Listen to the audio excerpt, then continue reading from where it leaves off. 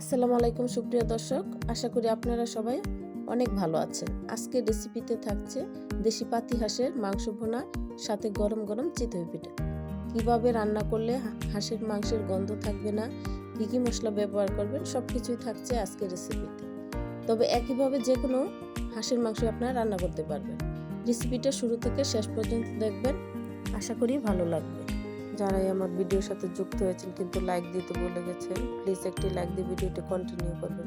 চলুন শুরু করা যাক। এখানে আমি সবগুলো মশলা রেডি করে নিয়েছি। প্রথমে আমি মাংসটাকে ভালো করে ম্যারিনেট করব। পেঁয়াজ কুচিগুলো দিয়ে দিলাম পেঁয়াজ রসুন পেস্ট, আদা পেস্ট, জিরা পেস্ট, হলুদের গুঁড়ো আমি এখানে 2 চামচ করে নিয়েছি। দিয়ে দিচ্ছি মরিচের গুঁড়ো আমি 2 চামচ দিয়েছি। আপনারা যে যার টেস্ট অনুযায়ী দিবেন, তবে হাঁসি মাংস জাল খেতে ভালো লাগে। ধনিয়ার গুঁড়ো, গরম মশলার গুঁড়ো, স্বাদ মতো লবণ, দিয়ে দিলাম তেল। এবার সবগুলো মশলা আমি হাত দিয়ে মাংসের সাথে ভালো করে মাখিয়ে নেব।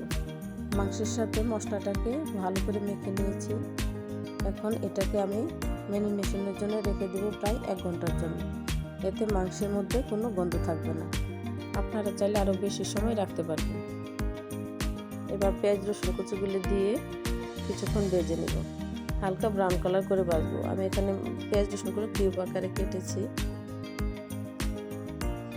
হালকা ব্রাউন কালার হওয়া পর্যন্ত ভাজবো। দিয়ে দিচ্ছি 3 টুকরো দারুচিনি, 5টা এলাচ, 4টা লবঙ্গ আর একটা কালো এলাচ, দিয়েছি তেজপাতা,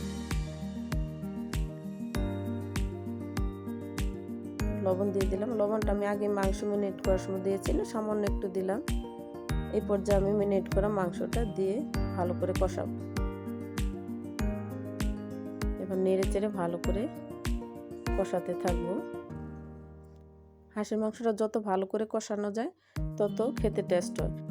আমার প্রিয় ভিউয়ার্স ভাই ও বোনেরা, যারা ইতিপূর্বে আমার চ্যানেলটি সাবস্ক্রাইব করেছেন সবাইকে অসংখ্য ধন্যবাদ জানাই। আর যারা আজকে নতুন যুক্ত হয়েছেন সবাইকে বিনীত অনুরোধ করব, প্লিজ চ্যানেলটি সাবস্ক্রাইব করে পাশে থেকে যাবেন। সাথে থাকা ছোট্ট বেল বাটনটি অল অন করে রাখবেন, যাতে নতুন ভিডিও নোটিফিকেশন আপনার কাছে পৌঁছে যায়। ডেকে 5 মিনিট রান্না করার পর ফিরে আসলাম। এই পর্যায়ে আমি ভালো করে নেড়ে চেড়ে দিব। মাংস কষানোর প্রক্রিয়া চলছে।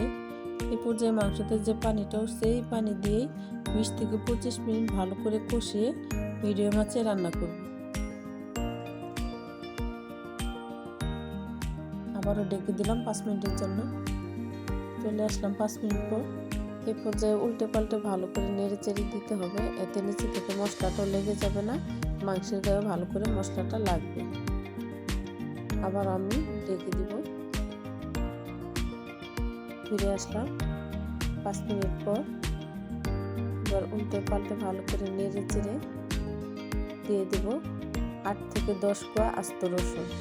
এই রসুনগুলো রান্নার পর আস্তে আস্তেই থাকবে, এতে দেখতেও ভালো লাগবে, খেতেও ভালো লাগবে। মাংসটা কষানো হয়ে এসেছে।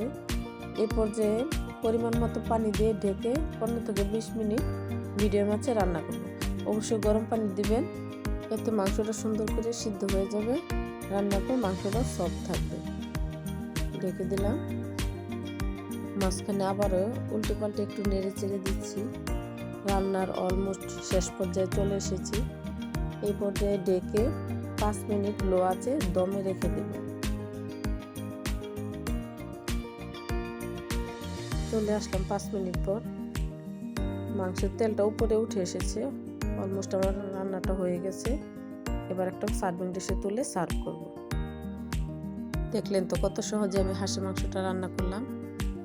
এভাবে রান্না করলে আশা করি মাংসে কোনো গন্ধ থাকবে না, খেতে অনেক ভালো লাগবে।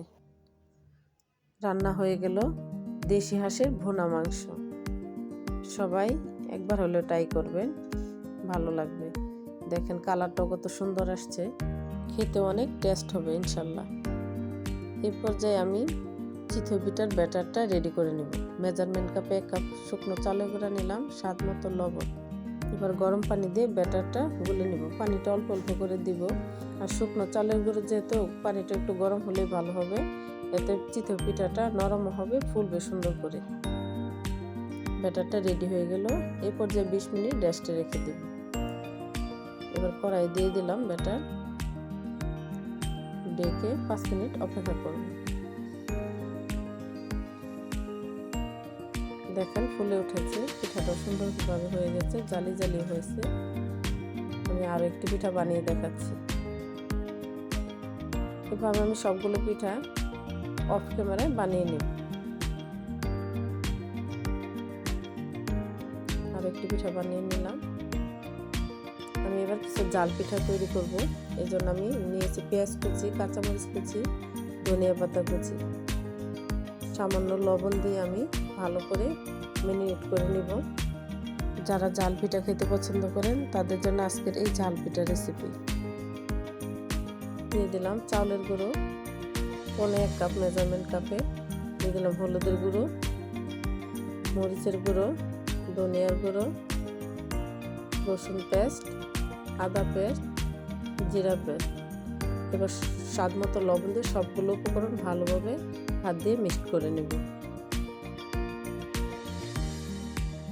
এই ব্যাটারটাও আমি গরম পানি দিয়ে গুলে নিব, কারণ চালের গুঁড়োটা শুকনো। অল্প অল্প পানি দিয়ে ব্যাটারটাকে আমি তৈরি করে নিচ্ছি। ঝাল পিঠার ব্যাটারটাও তৈরি হয়ে গেল। ফিরে আসলাম 15 মিনিট পর। কড়াইয়ে ব্যাটারটা দিয়ে দিলাম, ডেকে অপেক্ষা করব 5 মিনিট। দেখেন পিঠাটা ফুলে উঠেছে। আমি আরো একটি পিঠা বানিয়ে দেখাচ্ছি। বাকি পিঠাগুলো আমি অফ ক্যামেরা এক এক করে বানিয়ে নিব। এই শীতের সন্ধ্যায় মাংস বোনা অথবা নানা রকম ভর্তার সাথে গরম গরম চিতই পিঠা খেতে ছোট থেকে বড় সবাই অনেক পছন্দ করবে। তাই আর দেরি নয়, আপনারাও বানিয়ে নিন। আমার হাঁসের মাংস বোনা রেসিপি যদি আপনাদের এতটুকু ভালো লেগে থাকে, প্লিজ একটি লাইক দিয়ে ভিডিওটি শেয়ার করে সবাইকে দেখার সুযোগ করে দেবেন।